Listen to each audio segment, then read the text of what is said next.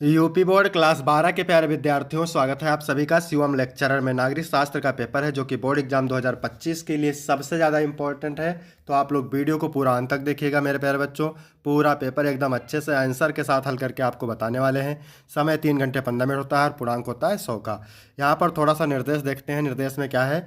प्रारंभ के 15 मिनट परीक्षार्थियों को प्रश्न पत्र पढ़ने के लिए निर्धारित है। सभी प्रश्न अनिवार्य हैं। प्रत्येक प्रश्न के लिए निर्धारित अंक उसके सामने दिए गए हैं। प्रश्न संख्या 1 से 10 तक बहुविकल्पीय प्रश्न है। प्रश्न संख्या 11 से 20 तक अति लघु उत्तरीय प्रश्न है जिनका प्रत्येक उत्तर लगभग 10 शब्दों में देना है। और प्रश्न संख्या 21 से 26 तक लघु उत्तरीय प्रश्न फर्स्ट हैं जिनका प्रत्येक उत्तर लगभग 50 शब्दों में देना है। प्रश्न संख्या 27 से 30 तक लघु उत्तरीय प्रश्न सेकंड है जिनका प्रत्येक उत्तर लगभग 100 से 125 शब्दों में देना है। और प्रश्न संख्या 31 से 32 दीर्घ उत्तरीय प्रश्न है जिनका प्रत्येक उत्तर 200 शब्दों में देना है, 250 शब्दों में देना है। तो पूरा पेपर एकदम अच्छे से आंसर के साथ आपको बताने वाले हैं। तो पूरा वीडियो अंत तक देखिएगा। सभी लोग वीडियो को लाइक कर देंगे, चैनल पर नए होंगे चैनल को सब्सक्राइब कर देंगे, शेयर कर देंगे। चलिए शुरू करते हैं। सबसे पहले बहुविकल्पीय प्रश्न। इसमें मेरे प्यारे बच्चों प्रश्न नंबर 1 है, आसियान की स्थापना कब हुई थी? 1967, 1961, 1971, 1991। तो मेरे प्यारे बच्चों आसियान की स्थापना 1967 में हुई थी। कब हुई थी? 1967 में। ए ऑप्शन करेक्ट हो जाएगा। इसके बाद दूसरा है, भारत ने परमाणु परीक्षण कब किया? मई 1974, जून 1975, जनवरी 1974, अगस्त 1979। तो मेरे प्यारे बच्चों मई 1974 को भारत ने परमाणु परीक्षण किया था। इसके बाद क्वेश्चन नंबर 3 है, संयुक्त राष्ट्र संघ के प्रथम एशियाई महासचिव थे? Kofi Annan, U Thant, Boutros Ghali, Malthus. तो मेरे प्यारे बच्चों संयुक्त राष्ट्र संघ के प्रथम एशियाई महासचिव थे यू थांट। आपका बी ऑप्शन करेक्ट हो जाएगा। चौथा है, एंटी बैलिस्टिक मिसाइल संघ हस्ताक्षरित हुई थी 1971 में, 1972 में, 1997 में, 1999 में। तो एंटी बैलिस्टिक मिसाइल संघ हस्ताक्षरित हुई थी 1972 में। बी ऑप्शन आपका करेक्ट हो जाएगा। इसके बाद मेरे प्यारे बच्चों प्रश्न नंबर 5 है, निम्नलिखित देशों में से कार्बन का सर्वाधिक उत्सर्जन करने वाला देश कौन सा है? चीन, यूरोपीय संघ, श्रीलंका, नेपाल। तो मेरे प्यारे बच्चों चीन सही हो जाएगा। निम्नलिखित देशों में कार्बन का सर्वाधिक उत्सर्जन करने वाला कौन सा देश है? तो चीन है। ठीक है। इसके बाद क्वेश्चन नंबर 6 है, भारत में वैश्वीकरण का आरंभ कब से माना जाता है? 1995, 1991, 1989, 1987। तो भारत में वैश्वीकरण का आरंभ माना जाता है मेरे प्यारे बच्चों 1991 से। बी ऑप्शन करेक्ट हो जाएगा। फिर है, वर्ल्ड सोशल फोरम का मुख्य कार्य क्या है? वैश्वीकरण का विरोध करना, वैश्वीकरण का समर्थन करना, वैश्वीकरण का ना विरोध करना ना समर्थन करना, इनमें से कोई नहीं। तो वैश्वीकरण का विरोध करना। ठीक है, वैश्वीकरण का विरोध करना वर्ल्ड सोशल फोरम का मुख्य कार्य है। ए ऑप्शन करेक्ट हो जाएगा। इसके बाद अगला क्वेश्चन है, क्या कह रहा है, पाकिस्तान का निर्माण मेरी लाश पर होगा, यह कथन किसका है? सरदार पटेल का, महात्मा गांधी का, ठीक है, जवाहरलाल नेहरू का, जिन्ना का। तो ये कथन है महात्मा गांधी का। इसके बाद अगला क्वेश्चन है 9 नंबर। क्या कह रहा है, मुंबई प्लेन किस वर्ष अस्तित्व में आया? 1940, 1942, 1944, 1946। तो मुंबई प्लेन किस वर्ष अस्तित्व में आया? तो ये आया 1944 में। सी ऑप्शन करेक्ट हो जाएगा। 10 नंबर है, भारत में किस पड़ोसी देश के साथ पंचशील समझौता किया? भारत में किस पड़ोसी देश के साथ पंचशील समझौता किया? चीन, नेपाल, भूटान, श्रीलंका। तो यहाँ पर चीन सही हो जाएगा। ठीक है, यहाँ तक 10 ऑब्जेक्टिव प्रश्न कंप्लीट हुए। इसके बाद मेरे प्यारे बच्चों अति लघु उत्तरीय प्रश्न है। ठीक है, तो यहाँ 11 नंबर प्रश्न है, 1971 के भारत पाकिस्तान युद्ध के किस नए देश का जन्म हुआ? 1971 में भारत पाकिस्तान युद्ध से किस नए देश का जन्म हुआ? तो 1971 के भारत पाकिस्तान युद्ध से बांग्लादेश नए देश का जन्म हुआ, यानी बांग्लादेश का जन्म हुआ। ठीक है। इसके बाद अगला क्वेश्चन है 12 नंबर। क्या कह रहा है, कामराज योजना क्या है? तो कामराज योजना के अनुसार 1963 में सभी वरिष्ठ नेताओं ने पार्टी के पदों से त्यागपत्र दे दिया ताकि उनकी जगह युवा कार्यकर्ताओं को दी जा सके। 13 नंबर है, 1974 के बिहार आंदोलन का मुख्य नारा क्या था? तो 1974 के बिहार आंदोलन का मुख्य नारा था संपूर्ण क्रांति। अब नारा है भावी इतिहास हमारा है। ठीक है। इसके बाद 14 नंबर प्रश्न है मेरे प्यारे बच्चों, नागालैंड को कब राज्य बनाया गया था? तो नागालैंड को 1960 में राज्य बनाया गया था। चीन में खेती एवं उद्योगों का निजीकरण कब किया गया? तो चीन में खेती एवं उद्योगों का निजीकरण क्रमशः 1982 और 1998 में किया गया।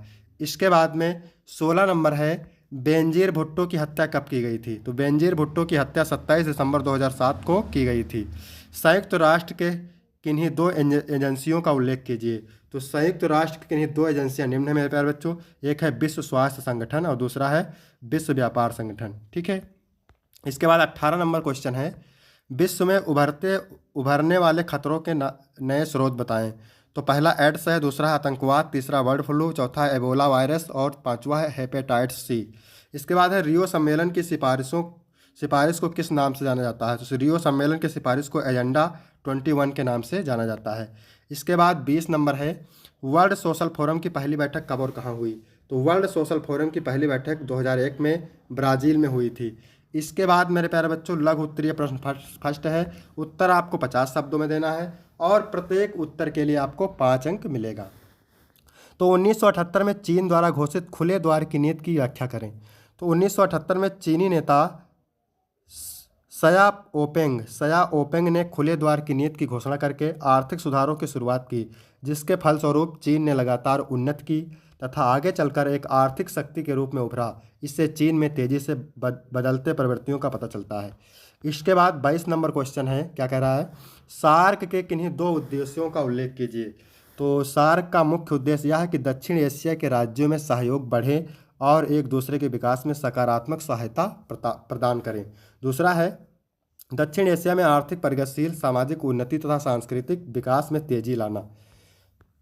इसके बाद 23 नंबर है, विश्व बैंक पर एक संक्षिप्त टिप्पणी लिखिए। तो विश्व बैंक की स्थापना 1944 में हुई थी। इस विशिष्ट संस्था का उद्देश्य सदस्य राष्ट्रों का पुनर्निर्माण और विकास कार्यों में आर्थिक सहायता देना है। विश्व बैंक समूह 5 अंतर्राष्ट्रीय संगठनों का एक ऐसा समूह है जो सदस्य देशों को विजन और वित्तीय परामर्श देता है। इसका मुख्यालय वाशिंगटन डीसी में है। इसके बाद 24 नंबर है मेरे प्यारे बच्चों, परमाणु युद्ध के कोई दो प्रभाव। तो परमाणु युद्ध ने पूरी समाज मानव जाति नष्ट हो जाती है। परमाणु युद्ध से पूरी मानव जाति नष्ट हो जाती है। परमाणु युद्ध के विशेषज्ञों के अनुसार परमाणु बम गिरने से वातावरण में इतनी अधिक रेडियोधर्मिता फैल जाएगी कि दूर दूर तक रहने वाले लोग भी इसके प्रभाव क्षेत्र में आकर रोगग्रस्त हो जाएंगे। इसके बाद 25 नंबर है, कारगिल संघर्ष के कारण का उल्लेख करें। तो कारगिल संघर्ष के कारणों का उल्लेख निम्न है। पहला, कारगिल संघर्ष का प्रमुख कारण पाकिस्तान सेना द्वारा नियंत्रित सीमा के निकट भारतीय क्षेत्र के कुछ भागों पर कब्जा करना था। और दूसरा है, कारगिल संघर्ष का एक प्रमुख कारण पाकिस्तान की भारत के प्रति शत्रुतापूर्ण नीति है। इसके बाद 26 नंबर है, हरित क्रांति क्या थी? तो हरित क्रांति से अभिप्राय कृषि उत्पादन में होने वाले उस भारी वृद्धि से है जो कृषि की नई नीति अपनाने के कारण हुई। J.G. हारर के अनुसार हरित क्रांति शब्द 1968 में होने वाले उन आश्चर्यजनक परिवर्तनों के लिए प्रयोग में लाया जाता है जो भारत के खाद्यान्न उत्पादन में हुआ था तथा अब भी जारी है। हरित क्रांति से न केवल आर्थिक एवं सामाजिक बल्कि राजनीतिक ढांचा भी प्रभावित हुआ। इसके बाद मेरे प्यारे बच्चों लघु उत्तरीय प्रश्न सेकंड है। ठीक है, उत्तर आपको 100 से 125 शब्दों में देना है और प्रत्येक उत्तर के लिए आपको 6 अंक मिलेंगे। तो यहाँ पर 27 नंबर प्रश्न क्या कह रहा है, मानव अधिकार एवं आतंकवाद समकालीन विश्व की सुरक्षा में किस प्रकार निर्णायक है, समझाइए। तो मानव अधिकार एवं आतंकवाद समकालीन विश्व की सुरक्षा में भूमिका। मानव अधिकार और आतंकवाद आधुनिक विश्व की सुरक्षा के दो प्रमुख पहलू हैं। आतंकवाद न केवल निर्दोष लोगों की जान लेता है बल्कि समाज में भय और अस्थिरता भी फैलाता है। यह मानव अधिकारों को घोर उल्लंघन करता है क्योंकि इससे लोगों के जीवन, स्वतंत्रता और सुरक्षा पर सीधा खतरा उत्पन्न होता है। इसके बाद आगे लिखेंगे, आतंकवाद के निपटने के लिए सुरक्षा बलों और सरकारों को कठोर कदम उठाने पड़ते हैं, लेकिन इन उपायों में मानवाधिकारों का सम्मान आवश्यक है। यदि आतंकवाद के विरुद्ध संघर्ष में नागरिक स्वतंत्रता और मानवाधिकारों का हनन होता है तो यह लोकतंत्र और न्याय के मूल्यों को कमजोर करता है। इसलिए एक संतुलित नीति अपनानी चाहिए जो आतंकवाद पर प्रभावी नियंत्रण रखे और साथ ही मानवाधिकार की रक्षा करे। अंतर्राष्ट्रीय सहयोग, न्याय संगत कानूनों और सामाजिक सशक्तिकरण से ही समकालीन विश्व में सुरक्षा सुनिश्चित की जा सकती है। इसके बाद मेरे प्यारे बच्चों 28 नंबर है, 9 अंतर्राष्ट्रीय आर्थिक व्यवस्था पर निबंध लिखिए। तो 9 अंतर्राष्ट्रीय आर्थिक व्यवस्था। 9 अंतर्राष्ट्रीय आर्थिक व्यवस्था एक ऐसी अवधारणा है जिसका उद्देश्य वैश्विक आर्थिक असमानताओं को दूर करना और विकासशील देशों को अधिक आर्थिक स्वतंत्रता एवं अधिकार प्रदान करना है। यह व्यवस्था 1970 के दशक में विकसित हुई जब विकासशील देशों ने आर्थिक संसाधनों और व्यापार नीति में अधिक समानता की मांग की। इसके आगे लिखेंगे, इस व्यवस्था का मुख्य उद्देश्य विकसित और विकासशील देशों के बीच आर्थिक असमानता को कम करना, संसाधनों पर न्यायसंगत नियंत्रण स्थापित करना और व्यापार, प्रौद्योगिकी तथा वित्तीय सहयोग को बढ़ावा देना था। हालांकि इस विचार को पूर्ण रूप से लागू नहीं किया जा सका, लेकिन वैश्विक संस्थाओं जैसे संयुक्त राष्ट्र, अंतर्राष्ट्रीय मुद्रा कोष और विश्व बैंक ने कुछ नीतिगत सुधार किया। आगे लिखेंगे, आज भी एक समावेशी और संतुलित आर्थिक व्यवस्था की आवश्यकता बनी हुई है, जिससे सभी देशों को समान अवसर मिले और वैश्विक समृद्धि सुनिश्चित हो सके। इसके आगे 29 नंबर क्वेश्चन है, 1947 में भारत विभाजन के तुरंत बाद रजवाड़े के प्रति भारतीय सरकार की क्या दृष्टिकोण था। तो भारत विभाजन के बाद रजवाड़ों के प्रति भारतीय सरकार का दृष्टिकोण 1947 में भारत विभाजन के बाद देश में 562 रियासतें थी जो ब्रिटिश शासन के अधीन रही थी। स्वतंत्रता के बाद भारतीय सरकार का उद्देश्य इन रियासतों का भारत में विलय कर एकीकृत राष्ट्र बनाना था। इसके आगे लिखेंगे, सरदार वल्लभ भाई पटेल और बीपी मेनन के प्रयासों से अधिकांश रियासतों ने स्वेच्छा से भारत में शामिल होने का निर्णय लिया। सरकार ने 3 विषयों रक्षा, विदेश नीति और संचार के अधीन रियासतों को विलय के लिए राजी किया।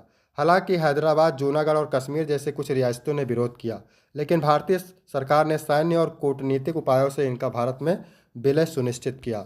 इसके आगे लिखेंगे, इस दृष्टिकोण का मुख्य उद्देश्य एक मजबूत, अखंड और संगठित भारत का निर्माण करना था, जिससे राजनीतिक अस्थिरता और आंतरिक संघर्षों को रोका जा सके। इस नीति ने आधुनिक भारत की एकता और स्थायित्व की नींव रखी। इसके बाद 30 नंबर है, क्षेत्रवाद क्या है या भारत की राज्य व्यवस्था को किस प्रकार प्रभावित कर रहा है। तो क्षेत्रवाद का अर्थ है किसी विशेष भौगोलिक क्षेत्र के लोगों द्वारा अपनी सांस्कृतिक, आर्थिक या राजनीतिक पहचान को प्राथमिकता देना। यह भावना कभी कभी राष्ट्र की एकता और अखंडता को चुनौती दे सकती है। भारत जैसे विविधतापूर्ण देश में क्षेत्रवाद विभिन्न रूपों में देखने को मिलता है, जैसे भाषा, संस्कृति, आर्थिक असमानता और राजनीतिक हितों पर आधारित क्षेत्रीय आंदोलन। इसके आगे लिखेंगे, भारत की राज्य व्यवस्था पर प्रभाव, राजनीतिक अस्थिरता। क्षेत्रीय दलों के उदय से राष्ट्रीय राजनीति में अस्थिरता बढ़ सकती है।